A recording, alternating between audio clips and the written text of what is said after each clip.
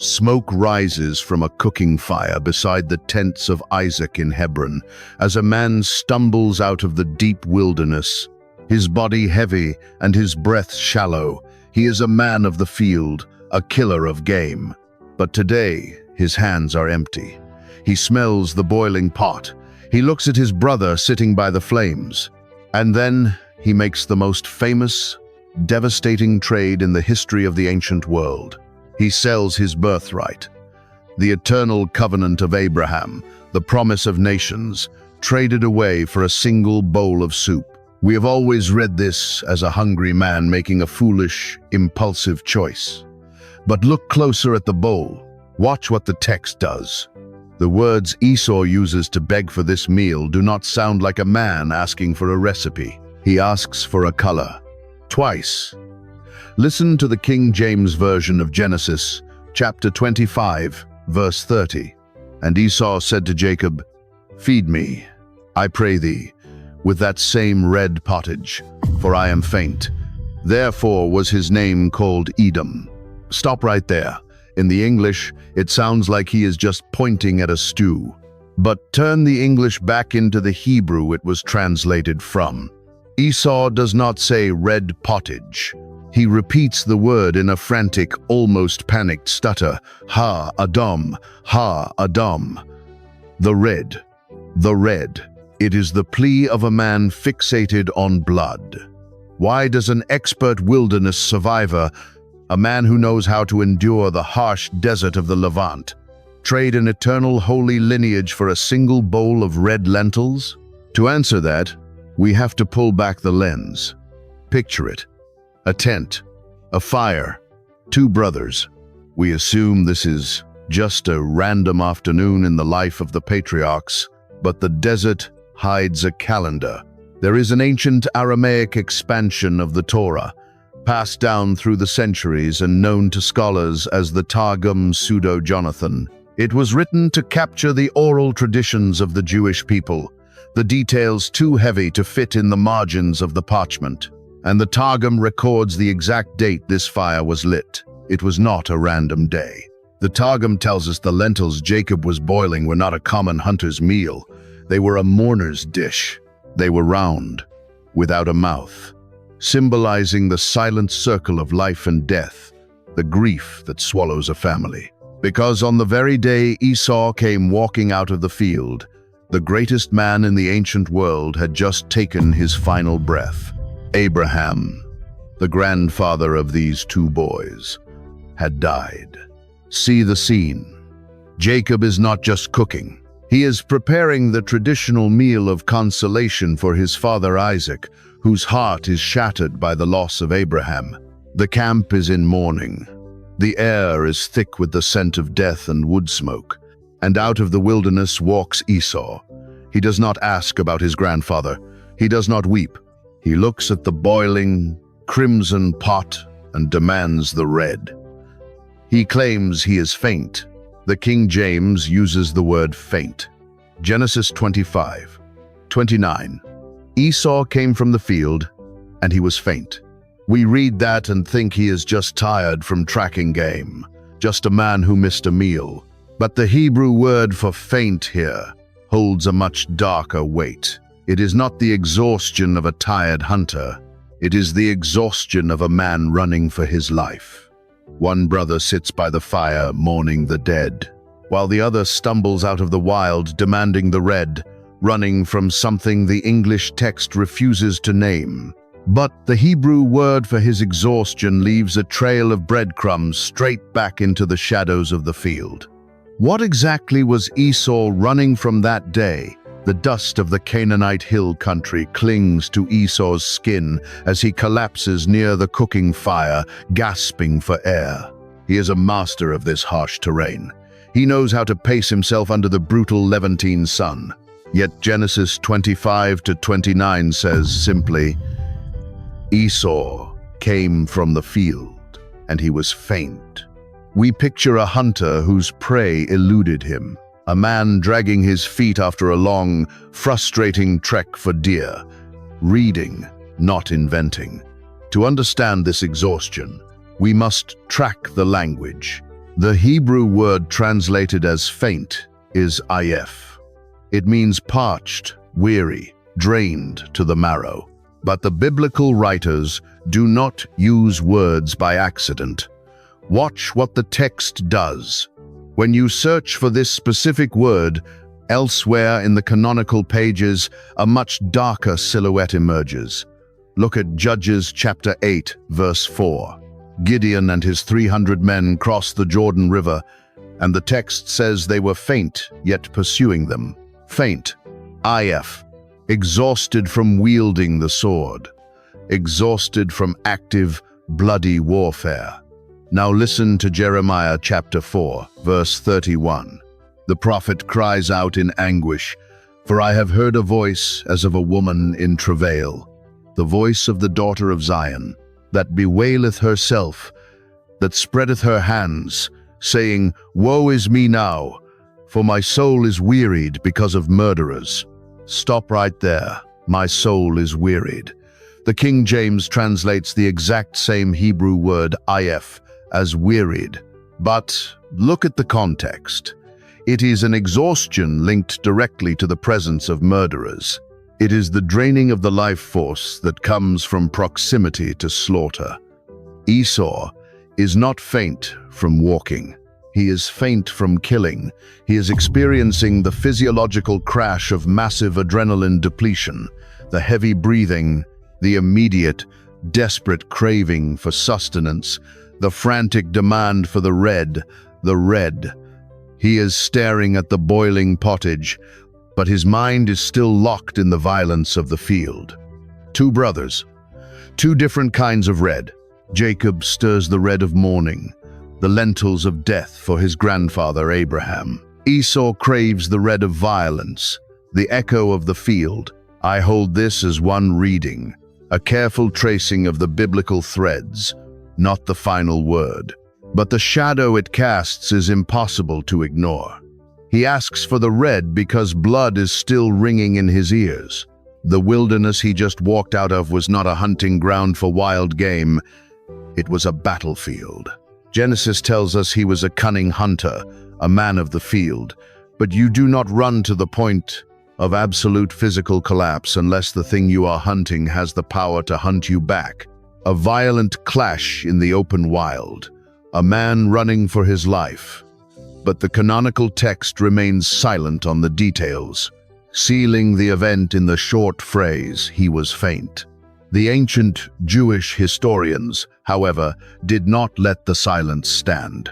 The Book of Jasher, an ancient chronicle of the patriarchal wars referenced twice in the canonical Old Testament, tears away the veil.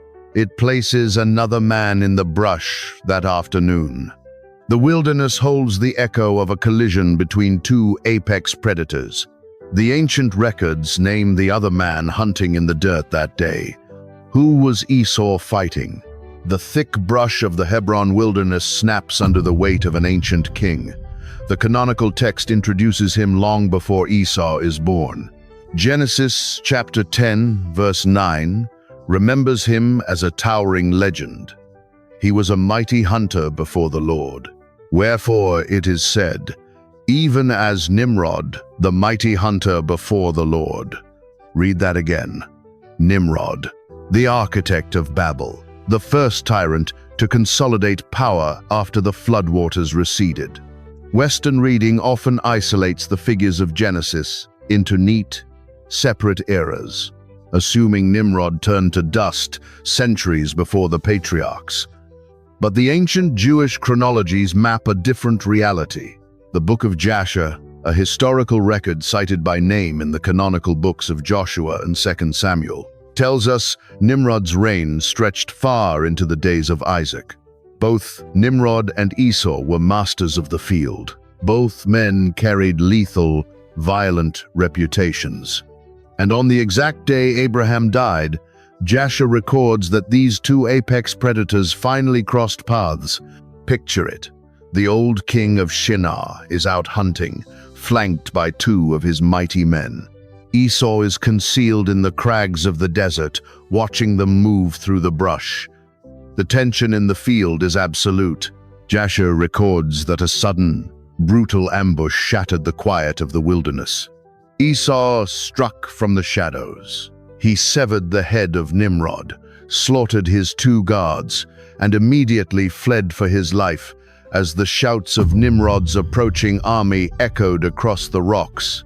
This is the violence ringing in his ears. This is the true weight of the Hebrew word ayaf. He is sprinting across the tribal lands, his lungs burning, the adrenaline turning his vision narrow. He is not a tired man looking for a meal. He is a high-profile assassin desperate for sanctuary. When he stumbles into the camp of his father Isaac and demands the red pottage, he is a dead man walking. He has just brought down the most powerful monarch of the post-flood world. I offer this as their telling, not as proven fact. But watch how seamlessly it fills the silence of the canonical text. It explains the panic. It explains the absolute, marrow-draining exhaustion. It explains why he looks at his brother and speaks like a man who has no future left to lose. But assassinations require a motive. Esau was a cunning man, a survivor who understood the brutal mathematics of risk and reward. Why would a solitary hunter risk the wrath of an empire to kill a king? He did not want Nimrod's silver. He did not want his throne in Shinar. He risked his life and the survival of his entire family for a single physical object Nimrod carried into the brush, an object so ancient, so heavily saturated with spiritual dominion, that men would slaughter each other in the dirt just to possess it. The text tells us Nimrod was a mighty hunter, but the ancient rabbinic writings ask a deeper question about that verse. What made him mighty? What gave him such terrifying dominion over the beasts of the field and the men of the earth? The answer lies in the spoils of that bloody afternoon. Esau took a trophy from Nimrod's bleeding body before he ran toward the cooking fire. 2 hunters in the field. One walks out alive. But the prize Esau carries back to the tents of Isaac is not meat. What exactly did he strip from the dead king? The dust of the field is still soaking up the king's blood. Esau does not linger over the body. He reaches down and strips a heavy, ancient tunic from Nimrod's shoulders. He does not take silver. He does not take the royal seal. He takes a coat. Fast forward just 2 chapters to Genesis 27-15. Listen to the King James. And Rebekah took goodly raiment of her eldest son Esau, which were with her in the house, and put them upon Jacob, her younger son. Stop right there. Why does a grown man, a wilderness hunter who lives in the dirt and the blood, have a specific set of goodly raiment locked away in his mother's tent? The Hebrew word here is begadim, garments of distinction, robes of high office. We read this as his best festival clothes. But ancient rabbinic tradition, preserved in texts like Pirkei di Rabbi Eliezer and the Book of Jasher, gives this coat a terrifying lineage. They were the skins of Eden. Turn back to the beginning. Genesis chapter 3, verse 21. Unto Adam also and to his wife did the Lord God make coats of skins, and clothed them. These were not ordinary hides. The ancient Jewish historians taught that these garments carried the literal breath of the Almighty. They held dominion. When a man wore them, the beasts of the earth would freeze and submit to him. They were handed down from Adam to Enoch, from Enoch to Methuselah, and carried through the flood waters by Noah. But Ham stole them from his father's tent. Ham passed them to Cush, and Cush handed them to his son, Nimrod. Same skins, same power. This is why Nimrod was a mighty hunter before the Lord. He was wearing the stolen dominion of Eden, and Esau knew it. He tracked the king. He severed his head. He stripped the dead, and he ran toward Hebron carrying the original garments of Adam in his hands. Picture it. The heavy skins draped over his arm, smelling of ancient soil and fresh blood. He has just won the greatest prize of the post-flood world. He possesses the physical symbol of total earthly rule. But when he finally reaches the safety of the cooking fire, the adrenaline crashes.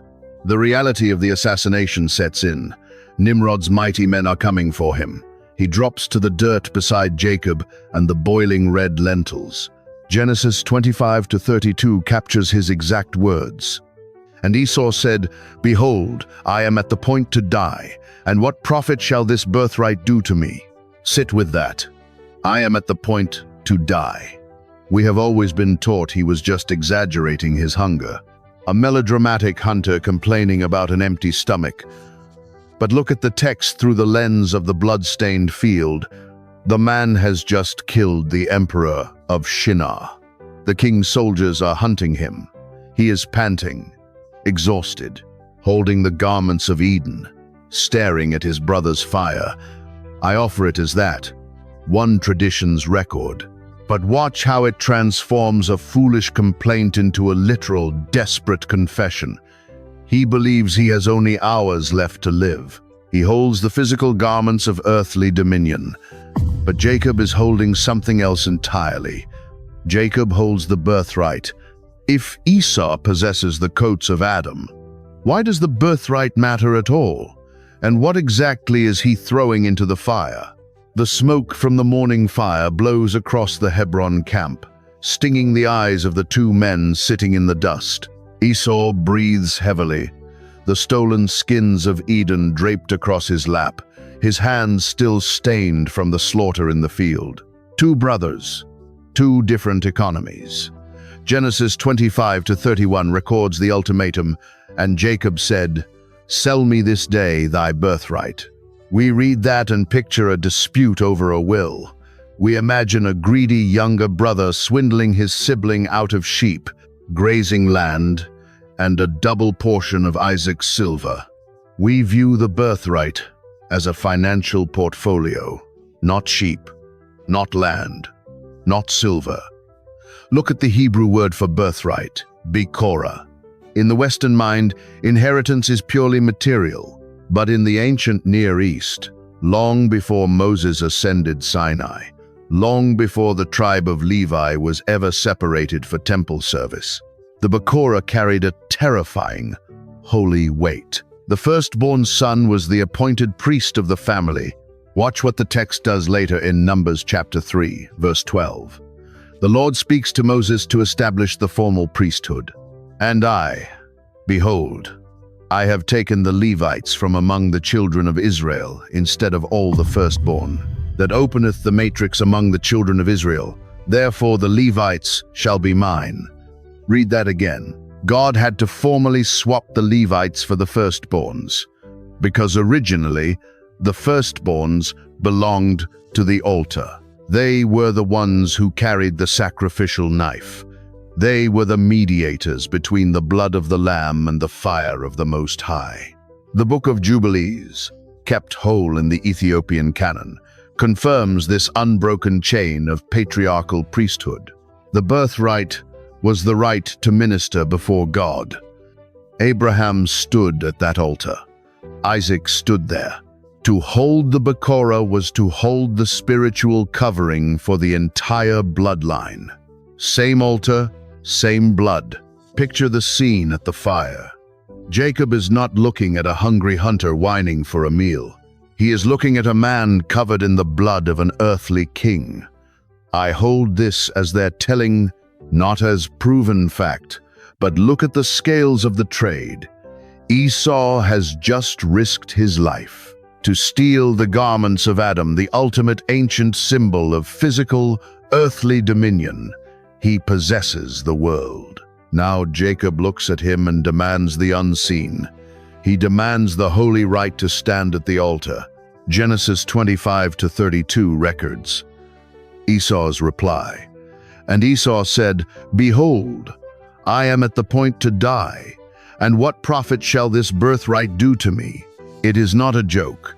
It is the cynical, calculating statement of a killer on the run. If Esau believes he is going to die today by the swords of Nimrod's approaching army, what good is a future priesthood?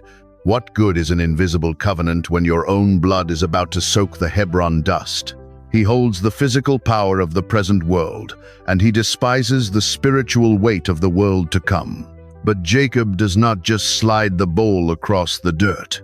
He demands an oath, a binding of words, and the ancient Targum reveals that as Esau traded the altar for the red soup, he did not just surrender a title. He opened his mouth and explicitly cursed the greatest promise God ever made. What exact words did Esau speak into the fire that day? The wind shifts across the Hebron plateau as Jacob pulls the steaming pot of lentils back from the edge of the flames. He does not slide the bowl across the dirt. He demands a permanent, unalterable severing. Listen to Genesis chapter 25, verse 33. And Jacob said, "Swear to me this day." And he sware unto him, and he sold his birthright unto Jacob. Stop right there. The English text simply says he swore an oath, but the Targum pseudo-Jonathan, carrying the oral memory of the desert, records the actual words spoken over the smoke. Esau did not just nod his head in hunger, he gave a theological defense for his trade. According to the Targum, Esau looked at his brother and said, "Behold, I am on the point to die, and I shall not live again in another world. What profit is this birthright to me, and what portion do I have in the world to come?" Read that again. He is not just trading the priesthood of his family. He is explicitly denying the resurrection of the dead. He is looking at the eternal covenant made with Abraham, the grandfather, whose morning meal is boiling in the pot between them, and declaring it absolutely void. I hold this as one reading, a window preserved by the ancient scribes, not the final word. But watch how it perfectly aligns with the New Testament's reading of this exact scene. Centuries later, the writer of Hebrews looks back at this fire. Hebrews chapter 12, verse 16. Warns the early believers to watch diligently, lest there be any fornicator or profane person, as Esau, who for one morsel of meat sold his birthright. Profane, not hungry. Profane. Turn to the Greek. The word translated as profane is bebelos. It literally means outside the threshold. It describes a man who stands outside the holy sanctuary and treats sacred things as common dirt. Esau is the ultimate profane man because he holds the physical garments of Adam in one hand, the spoils of murder, and mocks the world to come with his mouth. Same fire, same dust. The Hebrew word for swear is shaba, which means to bind oneself by seven, to lock oneself into a sacred, unalterable vow. By speaking this oath out loud, Esau is not making a temporary mistake in a moment of low blood sugar. He is actively, intentionally amputating his own soul from the lineage of the altar. He makes a calculated, spiritual transaction, the eternal for the temporary, the unseen for the seen, the priesthood for the bowl of red. And Jacob lets him do it. The younger brother accepts the oath, securing the holy mediation for his own bloodline, and finally hands over the mourner's meal. Esau takes the bowl, the red of the lentils matching the blood of the king still drying on his hands. But Genesis does not end the scene with the swallowing of the soup. The canonical text gives us 4 rapid-fire verbs that slam the door on Esau's destiny forever. The transaction is finished. But what exactly does Esau do the moment the bowl is empty? The clay bowl passes from Jacob's hands into the dirt-stained fingers of the hunter. The steam of the red lentils rises between them. Esau does not pause. He does not offer a portion to the Lord. He does not speak a single word of mourning for his grandfather Abraham. He simply consumes. Listen to the cold, mechanical rhythm of Genesis chapter 25, verse 34. Then Jacob gave Esau bread and pottage of lentils, and he did eat and drink, and rose up, and went his way. Thus Esau despised his birthright. Stop right there. Look at those 4 rapid-fire verbs. He did eat, he drank, he rose up, he went his way. There is no hesitation, no lingering grief for the patriarch who just died, No sudden, crushing realization of what he just swore away over the smoke. It is the sterile, rapid movement of a man satisfying an instinct and immediately moving on. And then comes the final hammer blow of the text. Thus Esau despised his birthright. The Hebrew word translated as despised is bazar. It does not mean to casually overlook. It means to weigh something of infinite value on the scales of your mind, to fully understand its worth, and to deliberately evaluate it as garbage. We have spent centuries reading this story as a tragedy of deception, painting Esau as the hungry, simple-minded victim of a conniving younger brother. But the canonical text refuses to give Esau the role of the victim, Baza. He was not tricked. He knew exactly what the Bakora was. He knew it was the holy altar, the priestly covering of the family, the promise of the world to come. And he actively threw it in the dirt, reading, not inventing. Picture him standing up from the fire. He wipes his mouth. He reaches down and picks up the heavy, blood-stained garments of Adam that he just stripped from Nimrod's severed neck. He drapes the ancient skins over his shoulder. He has exactly what he wants. He traded an invisible, future priesthood for the physical, immediate power of the present world. This callous, calculating rejection is why the prophet Malachi will later record a terrifying decree from the mouth of the Almighty, a verse echoed centuries later by Paul in Romans chapter 9. Jacob have I loved, but Esau have I hated. Sit with that. God did not hate a man for being hungry. God hated the profound, profane arrogance of a man who looked at the holy priesthood, looked at the resurrection of the dead, and chose a bowl of red soup. I hold this as their telling, not as proven fact. But watch how the ancient records bind the physical objects to the spiritual reality. Esau walks away wearing the dominion of the cursed earth. Jacob remains at the fire, holding the invisible promise of heaven. Two brothers, two destinies, sealed over a single cooking fire. But the physical objects of that day, the skins of Adam, and the blessing of the firstborn are about to collide one last time in the darkness of an old man's tent. When Isaac finally calls for the venison, who will actually be wearing the garments of the field? Go back now to the fire where this film began. Smoke rising beside the tents of Isaac in Hebron. The heavy, shallow breath of the man stepping out of the wild. The boiling red pot, you have read that scene 100 times. You pictured a weary archer with an empty stomach making a foolish, impulsive mistake.